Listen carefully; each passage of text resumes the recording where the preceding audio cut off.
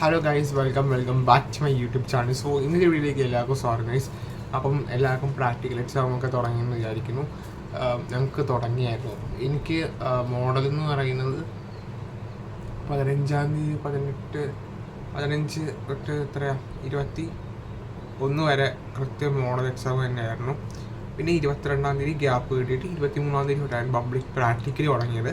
First practical എന്ന് പറയുന്നതായിരുന്നു computer science ആയിരുന്നു. Computer science എന്ന് പറയുന്നത് ഇത്രയും എൻ്റെ ഒരു എക്സ്പീരിയൻസ് വെച്ച് പറയുകയാണെങ്കിൽ കമ്പ്യൂട്ടർ സയൻസ് ആയിരുന്നു എനിക്ക് സത്യം പറഞ്ഞാൽ കുറച്ച് ഈ രണ്ട് പരീക്ഷകളിൽ കുറച്ച് വട്ടം കണക്കിയ കമ്പ്യൂട്ടർ സയൻസ് ആയിരുന്നു. കാരണം ഞാനിവിടെ ചെയ്ത് ഫസ്റ്റ് പ്രാക്ടിക്കലാണ്. അപ്പം നമുക്ക് ഉള്ളിൽ ഭയങ്കര ടെൻഷനും എങ്ങനെ ആയിരിക്കും ടീച്ചേഴ്സ് വരുന്ന ടീച്ചേഴ്സ് എങ്ങനെ ആയിരിക്കും, വൈവയാണ് എല്ലാവരും പറഞ്ഞ് പേടിപ്പിച്ചൊന്നുമില്ല. വൈവ കുറേ എന്തൊക്കെയോ ചോദിക്കും. ആ ഒരു ഉള്ളിലൊരു പേടിയും നമുക്ക് പ്രോഗ്രാം സത്യം പറഞ്ഞാൽ പ്രോഗ്രാം ചെയ്യണം. പ്രോഗ്രാമാണ് കമ്പ്യൂട്ടർ സയൻസിൻ്റെ മെയിൻ. ഇപ്പോൾ CPP ആണെങ്കിൽ HTML ആണെങ്കിലും SQL, ഞങ്ങൾക്ക് 3 ഇതുണ്ട്. അതിന് HTML SQL ആണ്. അത് കിട്ടുന്ന ഒരാളുടെ ഭാഗ്യം പൊഴിക്കും. SQL കിട്ടി അവിടെ അങ്ങ് ഇരിക്കും. കാരണം ഏറ്റവും കൂടുതൽ തെറ്റാൻ ചാൻസ് ഉള്ള ഒരു ഇതാണ് SQL എന്ന് പറയുന്ന ഒരു സാധനം. എനിക്ക് ഭയങ്കര ഭാഗ്യമാണെങ്കിൽ ഞാൻ പിന്നെ എനിക്ക് കിട്ടുമെന്ന് നല്ല ഉറപ്പായിരുന്നു. കാരണം അത് തന്നെ ഞാൻ എന്ത് കിട്ടരുത് എന്ന് വിചാരിക്കുന്നത് അത് മാത്രമേ എനിക്ക് കിട്ടാറുള്ളൂ. പക്ഷേ എന്തോ ഭാഗ്യത്തിനന്ന് എനിക്ക് SQL കിട്ടിയില്ല. SQL കിട്ടിയില്ലെന്ന് പറഞ്ഞാൽ വേറെ എനിക്ക് HTML ടേബിളായിരുന്നു കിട്ടിയത്. നമ്മുടെ മിക്കുറി വീനസ് മറ്റേ ആ ഒരു കണക്ക് ഞാൻ പറയുവാണെങ്കിൽ എൻ്റെ ഫസ്റ്റ് ഇതെന്ന് പറയുകയാണെങ്കിൽ ഞാൻ കോഡ് എഴുതി കാണിക്കുവാണെങ്കിൽ ഫസ്റ്റ് നമ്മൾ കോഡ് എഴുതി കാണിക്കണം. അതായത് ഇപ്പോൾ CPP ആണെങ്കിലും HTML ആണെങ്കിലും നമ്മൾ കോഡ് എഴുതി കാണിക്കണം. കോഡ് എഴുതി കാണിച്ചപ്പം പുള്ളിക്കാർ അതൊന്നും മീൻസ് നമ്മളൊന്നും അവർ തെറ്റോ ശരിയാണോ ഒന്നും നോക്കരുത്. കാരണം അവർ ജസ്റ്റ് ടിക്കറ്റ് സൈൻ ഇട്ട് തരത്തേ ഉള്ളൂ. അപ്പം എന്നിട്ട് പോയി ചെയ്തോളാൻ പറയും. നമ്മളത് ചെയ്ത് കഴിയുമ്പം നമ്മൾ ചെയ്തുകൊണ്ടിരുന്ന് കഴിയുമ്പോഴായിരിക്കും അതിന് മനസ്സിലാകുന്ന അവിടെ ഇറതുണ്ടെന്ന്. കാരണം എനിക്ക് സത്യം പറഞ്ഞാൽ കമ്പൈലൊക്കെ കയറ്റി ബിൽഡ് ചെയ്തു, കംപ്ലൈൻ ചെയ്തു. എന്താണ് നമ്മൾ എക്സിക്യൂട്ട് ചെയ്യുമ്പം നമ്പർ അടിക്കുമ്പം എനിക്ക് കറക്റ്റായിട്ടുള്ള ഇത് കിട്ടുന്നില്ല, ഔട്ട്പുട്ട് കിട്ടുന്നില്ല. അപ്പം ഞാൻ എന്ത് കിട്ടണം എന്ന് മീൻസ് ഇപ്പം എനിക്ക് കിട്ടേണ്ട ഔട്ട്പുട്ട് അതാണ്, പക്ഷേ അതിന് ഓപ്പോസിറ്റ് അതിനെ കിട്ടിക്കൊണ്ടിരുന്നത്. അപ്പം ഞാൻ വിചാരിച്ചു എനിക്കത് നെർവസ് ആയിരുന്നു. കാരണം എനിക്ക് നല്ല ടെൻഷൻ അടിച്ചാണ് ഞാൻ ഇപ്പോൾ കമ്പ്യൂട്ടർ സയൻസിൻ്റെ പ്രാക്ടിക്കലിന് പോയി. കാരണം കോഡ് എഴുതി തെറ്റോ അങ്ങനെ. പക്ഷെ ഞാൻ ഇവിടെ വീട്ടിൽ ഇരുന്ന് ഞാൻ എൻ്റെ ലാപ്പിൽ online site CPP online site ചെയ്ത് ഔട്ട്പുട്ടും കിട്ടി പോകേണ്ട ഒരു സാധനം എനിക്കിവിടെ ചെയ്തപ്പോൾ ഒരു കുഴപ്പമില്ലായിരുന്ന പ്രോഗ്രാം എനിക്കത് അതേപോലെ തന്നെ എന്താണ് ലാബ് എക്സാമിന് ചോദിച്ചു. പക്ഷെ ഞാൻ അവിടെ കൊണ്ടുവരെ തെറ്റിച്ചു. അപ്പം ഞാനവിടെ ടെൻഷൻ അടിച്ച് ചത്തില്ലാതായി. ഇടന് വന്ന് മാറുന്നില്ല. അപ്പം നമുക്കൊരു ഇതുള്ളപ്പോൾ സാറിന്മാരെ വിളിക്കാം, എന്താണ് ഇപ്പോൾ ലാബിന് വന്ന ടീച്ചറിനെ വിളിക്കാം. അപ്പം വിളിച്ച് കഴിയുമ്പോൾ അവരൊന്നും പറഞ്ഞു തരത്തില്ല ആരും. അപ്പോൾ നമ്മൾ തന്നെ അതിൻ്റെ തെറ്റ് മനസ്സിലാക്കണം. പിന്നെ അങ്ങനെയൊക്കെയോ ചെയ്തു. ലാസ്റ്റ് 1.5 മണിക്കൂർ അവിടെ കുത്തിയിരുന്നിരുന്ന് എങ്ങനെയൊക്കെയോ ചെയ്തു. പിന്നെ HTML ആണെങ്കിലും ഞാൻ ആ ഒരു CPP തെറ്റി ആ ഒരു മൂഡിൽ തന്നെ ഇരിക്കരുത്. കാരണം ശരിയാകുന്നില്ലല്ലോ എന്നുള്ള ആ ഒരു എന്ത് പറ്റി നമ്മൾ എൻ്റെ സാറിനെ ഇങ്ങനെ പഠിക്കാനൊക്കെയാണ് വന്നതെന്ന് ചോദിച്ചു. അപ്പോൾ എനിക്കത് സത്യം പറഞ്ഞാൽ ഭയങ്കരമായിട്ട് നമുക്കത് ഫീൽ ആയി. കാരണം എന്താ പറയുക, നമ്മൾ അത്യാവശ്യം വർക്ക് ചെയ്തിട്ട് പോയിട്ടും ഉള്ളതെല്ലാം വെപ്രാളം പിടിച്ചെല്ലാം തെറ്റിച്ചു. അപ്പം അതെന്നെ എനിക്ക് ഭയങ്കരമായിട്ടൊരു എന്താ പറയുക, വല്ലാത്തൊരു നെഗറ്റീവായിട്ട് തോന്നി. കാരണം അങ്ങനെ ചെയ്തിട്ട് പിന്നെ HTML പോയി, HTML കോഡ് എഴുതി കാണിച്ചു. അതും പുള്ളിക്കാർ സൈനിട്ടു. പക്ഷെ ഞാൻ വിചാരിച്ചു ഞാൻ അത് നോക്കി ടൈപ്പ് ചെയ്യേണ്ട കാര്യമില്ല. കാരണം അത് നോക്കി ടൈപ്പ് ചെയ്താൽ 8 മണി കിട്ടും. കാരണം അവർ ആ തെറ്റോ ഇപ്പോൾ ഒരു കുത്തും കോമ ഇട്ടില്ല, ഇപ്പോൾ ഒരു പ്രോഗ്രാം റൺ ചെയ്യത്തില്ല. അപ്പം ഞാൻ പറയുവാണെങ്കിൽ നമ്മളിപ്പം അത് നോക്കി ടൈപ്പ് ചെയ്തിട്ട് ഒരു കാര്യമില്ലെന്ന് മനസ്സിലായി. കാരണം അതിപ്പോൾ അത് തെറ്റാണെങ്കിൽ നമ്മൾ അതേപോലെ ടൈപ്പ് ചെയ്താൽ ഇതും തെറ്റാവും. നമ്മൾ എങ്ങനെയാണോ പഠിച്ചത് അതുപോലെ തന്നെ കൊണ്ടു നമുക്കെല്ലാം ഇറങ്ങുണ്ടെങ്കിൽ മനസ്സിലാവുമല്ലോ. അതുപോലെ ടൈപ്പ് ചെയ്ത്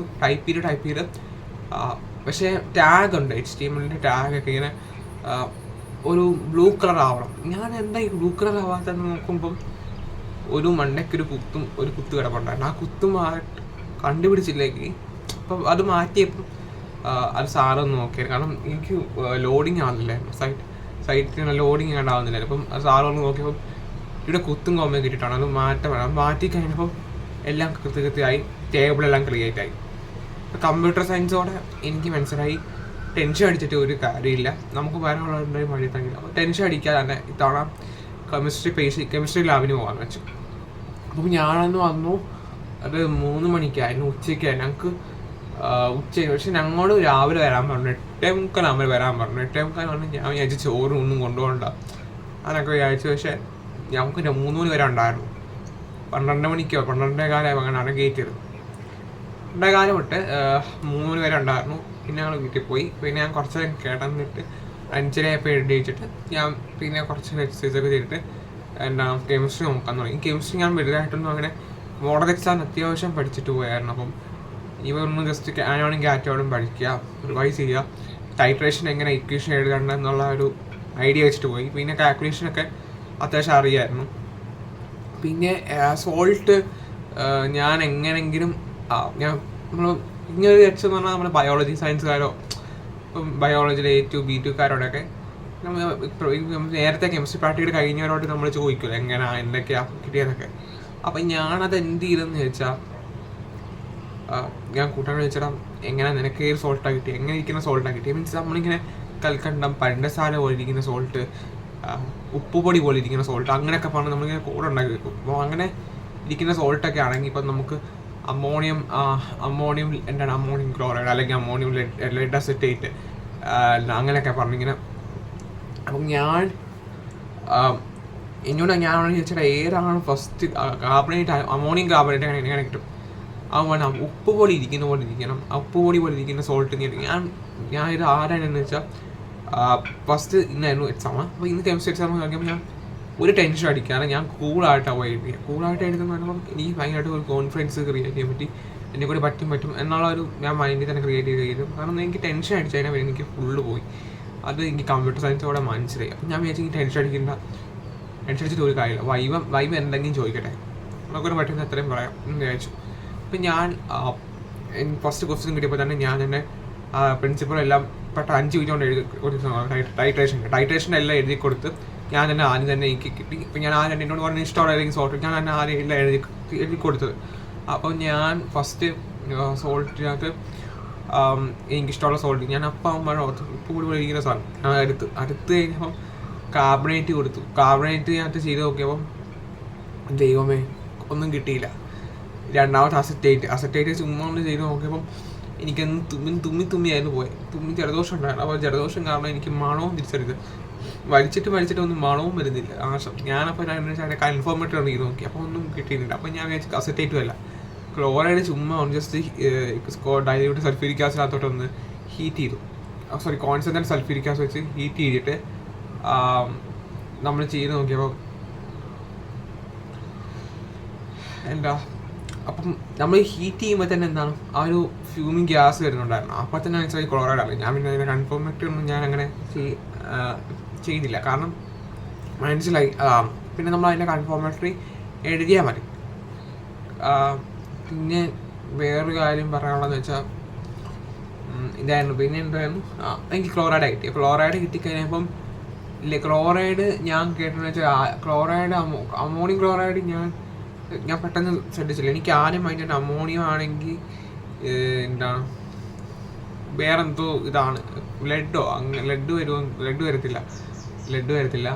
അപ്പം ഞാൻ വിചാരിച്ചു എന്താണ് അലൂമിനിയം വരത്തില്ലെന്ന് തോന്നുന്നു, സിങ്കോ മാംഗനീസോ അങ്ങനെ ഉണ്ടാകാമെന്ന് തോന്നുന്നു, എമ്മൺ ഗ്രൂപ്പ് വല്ല ആയിരിക്കും എന്ന് വിചാരിച്ചു. പക്ഷെ ഞാൻ എൻ്റെ ഭാഗ്യത്തിൽ ഞാൻ 0 ഗ്രൂപ്പ് തൊട്ട് ചെയ്തു അമോണിയം ക്ലോറൈഡ് തന്നെ കിട്ടി, അമോണിയം തന്നെ കിട്ടി. കാരണം അമോണിയത്തിൻ്റെ നോ പ്രിസിപ്പിറ്റേറ്റ് തന്നെ എനിക്ക് കിട്ടി. ഞാൻ ഫസ്റ്റ് ചെയ്തു, ഇപ്പോൾ തന്നെ കിട്ടി, ഹാപ്പിയായി. കാരണം ഞാൻ എല്ലാ തവണയും കെമിസ്ട്രി ലാബിൽ ഏറ്റവും കൂടുതൽ താമസിച്ച് ചെയ്തുകൊണ്ടിരുന്ന ഞാനായിരുന്നു. പക്ഷേ ഇത്തവണ ഞാൻ എക്സാമിന് സത്യം പറഞ്ഞാൽ ഞാൻ ഫസ്റ്റ് ചെയ്തത്. പിന്നെ ഉള്ളത് ടൈട്രേഷൻ ആയിരുന്നു. ടൈട്രേഷൻ എനിക്ക് തെറ്റിച്ചൊരു അബദ്ധം എന്ന് പറഞ്ഞാൽ, ഞാൻ ആ കോണിക്കൽ ഫ്ലാസ്കിനകത്തോട്ട് ആദ്യം മറ്റേ മേക്കപ്പ് ഹീറോ സൊല്യൂഷൻ അത് എനിക്ക് പെട്ടെന്ന് കത്തി. കാരണം ഞാൻ കൂളായിട്ട് ചെയ്ത് വെച്ചിരിക്കാൻ 10 പേരായിട്ട് ശ്രദ്ധിച്ചില്ല. പക്ഷേ ഞാൻ പിന്നെ ധരിച്ച് ഇതങ്ങനല്ലല്ലോ, സ്റ്റാൻഡേർഡ് ഫ്ലാസ്കിനകത്താണല്ലോ, കോണിക്കൽ ഫ്ലാസ്കിനകത്തല്ലോ എന്ന് ഓർത്ത്. അപ്പോൾ ഞാൻ കോണിക്കൽ ഫ്ലാസ്കിനകത്താണ് ടീച്ചർ ഇങ്ങനെ ടീച്ചർ അച്ഛനോട് പറഞ്ഞാൽ അതിന് സൊല്യൂഷൻ മാറ്റി തരും, ഒന്നുകൂടെ ഒഴിച്ചു തരുമെന്ന് പറഞ്ഞു. അപ്പോൾ വേറെ സൊല്യൂഷൻ നാട്ടിൽ ഒഴിച്ച് തന്നിട്ട് ചെയ്ത് നോക്കി. കറക്റ്റ് വാല് കിട്ടി.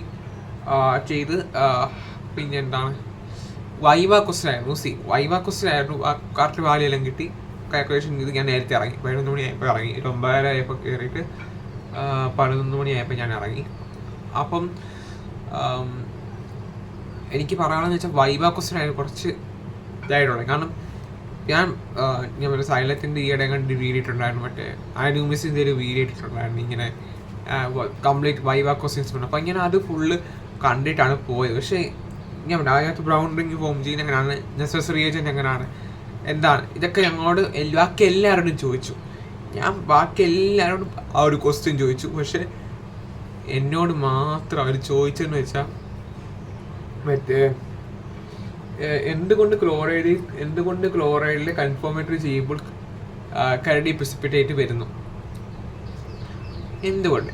ഇത് ഞാൻ കുറച്ചൊരു ചിന്തിച്ചത് എന്തെങ്കിലും ഇവിടെ വായിച്ച ഓർമ്മ. പക്ഷെ എനിക്കൊന്നും ഓർമ്മയും വരുന്നില്ല. കാരണം ഞാൻ ടെൻഷനായി. കാരണം ആ സമയത്ത് കുറച്ച് നെർവസായി. കാരണം എനിക്കൊന്നും കിട്ടുന്നില്ല. ഇങ്ങനെ ഇരുന്നിട്ട് പിന്നെ അവർ ചോദിച്ചു എങ്ങനെയാണ് എന്താണ് അമോണിയയുടെ കൺഫോമേറ്ററി ചെയ്തത്. അപ്പം ഞാൻ അത് പറഞ്ഞു കൊടുത്തു. പിന്നെ വേറെ എന്തെങ്കിലും കൺഫോമേറ്ററി ഒക്കെ ചോദിച്ചു. അപ്പം ഞാൻ അതെല്ലാം പറഞ്ഞു കൊടുത്തപ്പം പിന്നെ വേറെ ദിവസം ചോദിച്ചു. പിന്നെ ഏതോ ഗ്യാസ് എന്തുകൊണ്ട് അങ്ങനെ ഫോമായി എന്തൊക്കെ ചോദിച്ചു. പക്ഷെ ബാക്കി എല്ലാവരും ചോദിച്ചു നെസസറി ഏജൻറ്റ് എന്താണ് നെസസറി ഏജൻറ്റ്,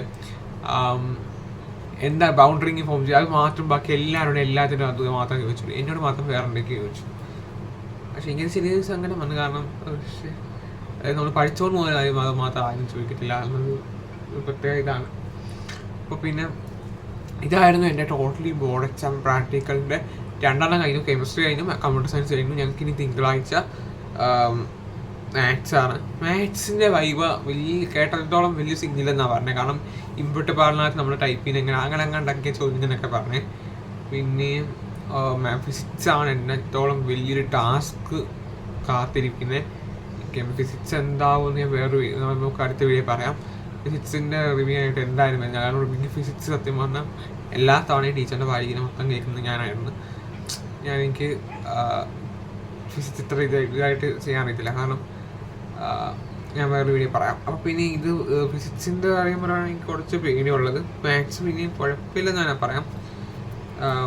പക്ഷെ എനിക്ക് മോഡൽ കുറച്ച് ഇത്തിരി വലിയ ടഫല്ല, എന്നാലും ഇത്തിരി ഒരു കട്ടിയായിട്ട് എനിക്ക് തോന്നിയായിരുന്നു.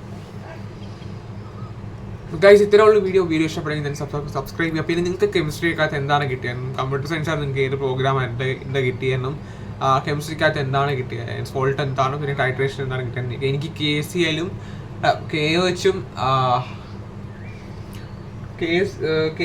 പിന്നെ എന്താണ് നൈട്രിക് ആസിഡുമാണ് കിട്ടിയത്. അപ്പോൾ ഇക്കറൻറ്റ് മാസ് ആദ്യം ഞാൻ പെട്ടെന്ന് സൾഫ്യൂരിക് ആസിഡ് എഴുതി വെച്ചു. ഞാൻ വെട്ടിയിട്ട് നൈട്രിക് ആസിഡ് ആക്കി. എന്നിട്ട് ഞാൻ വീണ്ടും വേറൊരു സ്ഥലത്ത് കൊണ്ട് volume of the sulphuric acid is equal to 63 എന്ന് എഴുതി വെച്ചു.